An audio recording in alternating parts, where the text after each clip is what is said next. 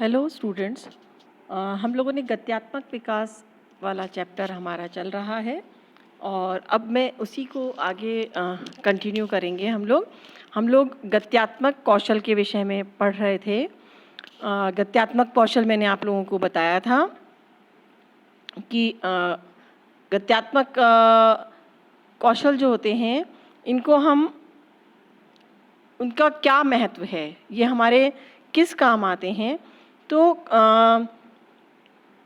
जो गत्यात्मक कौशल होते हैं, विभिन्न कौशल जो होते हैं, ये बालक के व्यक्तिगत और सामाजिक समायोजन में भिन्न भिन्न भूमिका निभाते हैं। कुछ कौशल ऐसे होते हैं जैसे जो बच्चों को स्वतंत्र बनने में मदद करते हैं,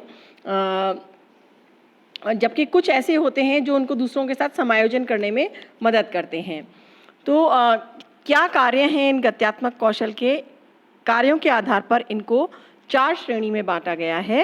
पहला है self help skills. Self help skills मतलब स्वयं से संबंधित। ये वो कौशल हैं, गत्यात्मक कौशल, जो बालक सबसे पहले सीखता है। और क्योंकि ये स्वयं की केयर से संबंधित हैं और ये बालक को स्वतंत्र बनने में मदद करता है और अपने लिए कार्य करने के लिए उन्हें ये सब कौशल सीखना आवश्यक हो जाता है। इन कौशलों के अंतर्गत आ जाता है सेल्फ फीडिंग, अपने आप भोजन ग्रहण करना। सेल्फ ड्रेसिंग मतलब खुद अपने आप को, ड्रेसिंग से मतलब है कि कपड़े पहनना, बाल कंघी करना, ब्रश करना, ये सब इसी के अंदर आता है। सेल्फ ग्रूमिंग अपने आप को संवारना, कंघी करना, खुद नहाना, ये सब चीज़ें सेल्फ हेल्प स्किल्स में आते हैं। सामान्यतः बच्चे जब स्कूल अवस्था में पहुंचते हैं तब तक इनके ये कौशल इतने विकसित हो चुके होने चाहिए कि बच्चे अपनी देखभाल स्वयं कर सकें, अपने आप बाथरूम जा सकें, अपने आप को वॉश कर सकें और किसी के ऊपर निर्भर ना रहें। ये सबसे महत्वपूर्ण होते हैं। तो ये सारे होते हैं सेल्फ हेल्प स्किल्स। दूसरी श्रेणी के जो कौशल आते हैं वो है सोशल हेल्प स्किल्स, मतलब समाज की मदद करने वाले। तो इसके अंतर्गत किसी भी समूह में अगर आप अपने साथियों में, अपने घर में स्वीकृत रहना चाहते हैं, स्कूल में स्वीकृत मेंबर बनना चाहते हैं, तो आवश्यक है कि बच्चे सहयोगी बने। और सहयोगी तभी बन पाएंगे जबकि उनसे संबंधित उनको कौशल आते हों, जैसे घर के कार्य करना आना, स्कूल से संबंधित कार्य करना आना, साथियों से को जिन चीज़ों की मदद की ज़रूरत पड़ती है उसको करना आना। और ये सब अगर बच्चा सोशल स्किल्स अगर डेवलप कर लेगा, सोशल हेल्प वाले स्किल्स डेवलप कर लेगा, तो बच्चा जो है वो समूह का एक स्वीकृत सदस्य बन जाएगा। तीसरी श्रेणी के जो आते हैं उन्हें कहते हैं हम खेल कौशल। खेल कौशल वो होते हैं कि बच्चे जो हैं सबके साथ एंजॉय कर सकें, सबके साथ खेल सकें और इसमें स्वयं को भी आनंद मिलता है और दूसरा जो देख रहा है उसको भी आनंद मिलता है। तो इसलिए ये प्ले स्किल्स, अगर बच्चा समूह का भाग बनना चाहता है, अपने साथियों के साथ रहना चाहता है, एंजॉय करना चाहता है, तो उसके अंदर खेल कौशल होना आवश्यक है। तो खिलौनों से खेलना, अपने जैसे आजकल हमारे यहाँ क्रिकेट बहुत ज़्यादा पॉपुलर है, तो क्रिकेट में बैट कैसे पकड़ते हैं, बॉलिंग कैसे करते हैं, ये सब, बॉल को कैच करना, ये सब छोटे छोटे से कौशल हैं जो बालक को आने चाहिए। तो इनको सीखने के लिए भी बच्चे को अलग से ट्रेनिंग लेनी होती है। और चौथी जो श्रेणी के हैं उनको हम कहते हैं स्कूल संबंधी कौशल। और स्कूल संबंधी कौशल जो होते हैं ये आरंभिक स्कूल जो होते हैं, मतलब जब बच्चा किंडरगार्टन में जाता है, प्ले स्कूल में हम लोग आजकल सबसे ज़्यादा प्रचलित नाम है प्ले स्कूल। प्ले स्कूल पहले उनको केजी बोला करते थे, नर्सरी बोला करते थे।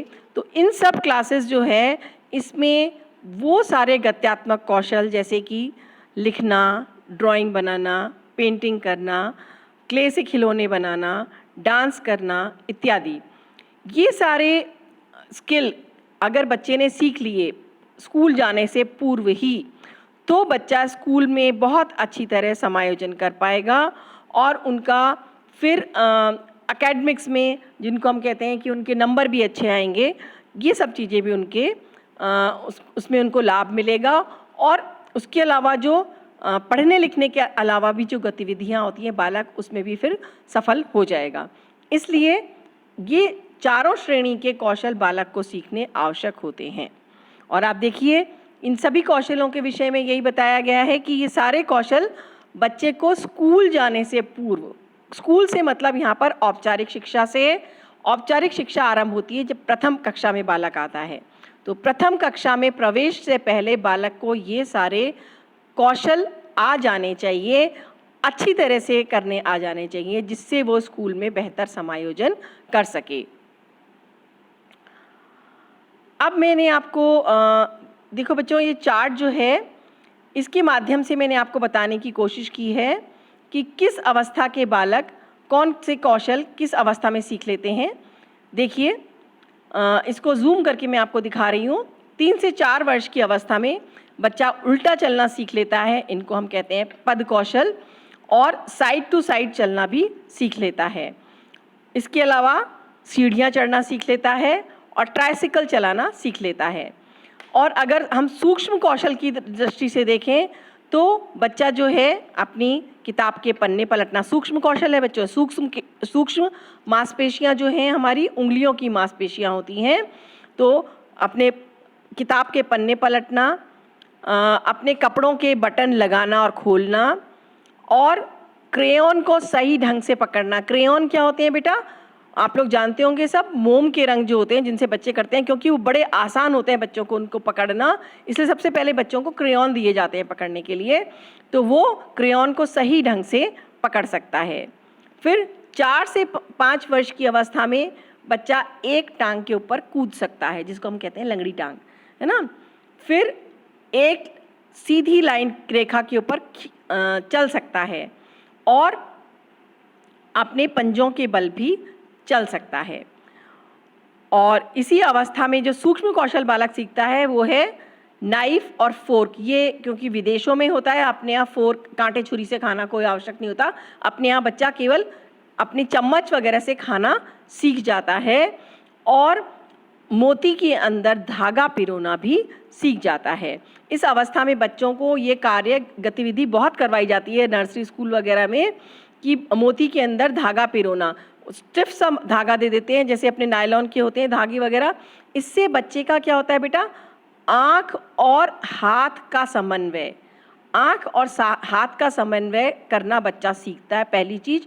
दूसरा, वो ध्यान केंद्रित करना सीखता है, क्योंकि छेद के अंदर धागा डालने के लिए उसको पूरा अपना ध्यान केंद्रित, तो उसकी प्रवृत्ति ये विकसित हो जाती है कि वो किसी भी चीज़ के ऊपर फोकस कर सके। 5 से 6 वर्ष की अवस्था में बच्चे जो होते हैं वो जंप करना सीखते हैं, जंप करना सीख जाते हैं, मतलब उछलना, कूदना सीख जाते हैं, रस्सी कूदना सीख जाते हैं, और दोनों पैरों के बल भी कूदना सीख जाते हैं। और सूक्ष्म कौशल में देखा जाए तो वो पेंसिल को सही ढंग से पकड़ सकते हैं और जोड़ के लिखना सीख जाते हैं। जैसे होते हैं ना, अपन शब्दों को जो बनाते हैं, शब्दों को बनाने के लिए हमें अक्षरों को जोड़ना आना चाहिए, तो उन अक्षरों को जोड़कर लिखना सीख सकता है। 6 से 7 वर्ष की अवस्था में जो स्थूल कौशल हैं उसमें है साइकिल चलाना, बिल्कुल आत्मविश्वास के साथ कूदना और आगे पीछे दौड़ना, बिल्कुल सही समन्वय के साथ दौड़ना भागना भी बच्चे सीख जाते हैं। और सूक्ष्म कौशल की दृष्टि से देखा जाए तो उनका आई हैंड कोऑर्डिनेशन, जैसे अभी मैंने आपको बताया था कि हाथ और आँख का समन्वय जब तक नहीं होता तब तक हम बहुत सारे कार्य सही ढंग से नहीं कर सकते हैं। तो इसके लिए जैसे मैंने आपको बताया था, मोती पिरोने वाला कार्य होता है। छोटे बचपन में हम लोग जो कंचे खेलने का काम खेलते हैं बच्चे, उसको अगर उसके अंदर से नकारात्मक चीज़ जो इसको जुआ की तरह खेला जाता है, केवल निशाना लगाने के लिए सीखा जाए तो बहुत अच्छा खेल है वो भी। तो आई हैंड कोऑर्डिनेशन उनका डेवलप हो जाता है, वो विभिन्न प्रकार की जटिल शेप्स बना सकता है, आकृतियाँ बना सकता है, अपना नाम लिख सकते हैं, और लाइन के ऊपर, पेपर के ऊपर जो लाइन खींची हुई है तो उसके अंदर सही ढंग से लिखना सीख जाता है। 7 से 8 वर्ष की अवस्था में स्थूल कौशल देखे जाएं तो वो दोनों पैरों पे कूद सकता है, जैसे होते हैं ना, उसको कहते हैं हम लोग खरगोश की तरह कूदना, जंप करना सीख जाता है, और स्ट्रेट लाइन के ऊपर अब दौड़ भी सकता है। और सूक्ष्म कौशल में देखें तो वो कैंची चलाना सीख जाता है। अब देखिए कुछ जो हमारी सीक्वेंस है, गत्यात्मक विकास की जो सीक्वेंस है बेटा, उसके लिए मैंने आपको पुस्तक में से चित्र लिया है मैंने, और इसको आप जूम करके मैं आपको दिखा रही हूँ।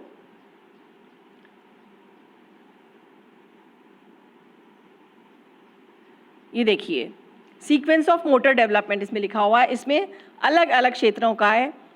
सिर के क्षेत्र का जो है, इसमें सबसे पहले है आंखें किसी वस्तु के साथ साथ गति करना, आंखों को घुमाना, उसको कहते हैं हम ऑक्यूलर परस्यूट मूवमेंट। ये 4 सप्ताह में आरंभ हो जाता है। मतलब बच्चे के आगे किसी चीज़ को आप हिलाएंगे, जैसे अपनी उंगली दिखाई और उंगली को आप घुमाएंगे तो उसके साथ साथ उसकी आंखें भी घूमती है। फिर है सामाजिक मुस्कुराहट, मतलब कोई दूसरा मुस्कुरा रहा है तो उसके प्रत्युत्तर में मुस्कुराना, इसको कहते हैं। ये 3 माह से आरंभ हो जाता है। बच्चे स्माइल करना तो पहले ही सीख जाते हैं, लेकिन प्रत्युत्तर में मुस्कुराना 3 माह तक सीख जाते हैं। आँखों का के बीच में समन्वय, जैसे आँखें, दोनों आँखें एक साथ समन्वय रूप से जो होती है, वो 4 माह में हो जाता है। उससे पहले बच्चे कभी कभी आप देखेंगे तो बिल्कुल जो होते हैं ना, भेंगापन उनकी नज़र में दिखाई दे सकता है।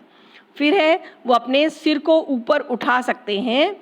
अगर उनको उल्टा लिटाया हुआ हो तो 1 माह की अवस्था में भी बच्चा सिर थोड़ा सा ऊंचा उठा सकता है, और सिटिंग पोजीशन के अंदर वो अपने सिर को पूरी तरह से संभाल पाता है जब वो 4 माह का होता है। फिर है हाथों का और बाਹਾਂ का। तो डिफेंसिव मूवमेंट बच्चे के 2 सप्ताह में, कितना आश्चर्यजनक है कि बच्चा मतलब अपने आप को बचाने के लिए अपने हाथों का जो गति करना शुरू कर देता है। जैसे आप उसकी तरफ बढ़ेंगे तो वो अपने हाथों को करके अपने मुंह को छुपाने की चेष्टा करता है। 2 सप्ताह पे आरंभ हो जाता है। अंगूठा चूसना 1 माह पे बच्चों, अंगूठा चूसना भी बड़ा महत्वपूर्ण माइलस्टोन होता है बच्चों के लिए। और कहते हैं कि इस अवस्था के अंदर बच्चा अगर अंगूठा चूस रहा हो तो उसकी सकिंग की जो रिफ्लेक्स है वो उसके अंदर डोमिनेंट है और उसको पूरा होना चाहिए, नहीं तो उसके कई मनोवैज्ञानिक पहलू होते हैं, ये हम नेक्स्ट चैप्टर में कवर करेंगे। और रीच एंड ग्रास्प, मतलब आगे किसी चीज़ की तरफ बढ़कर और उसको पकड़ना 4 माह में आरंभ कर देता है। किसी वस्तु को पकड़कर उसको पकड़े रखता है 5 माह की अवस्था में। और सामान को उठाना थंब और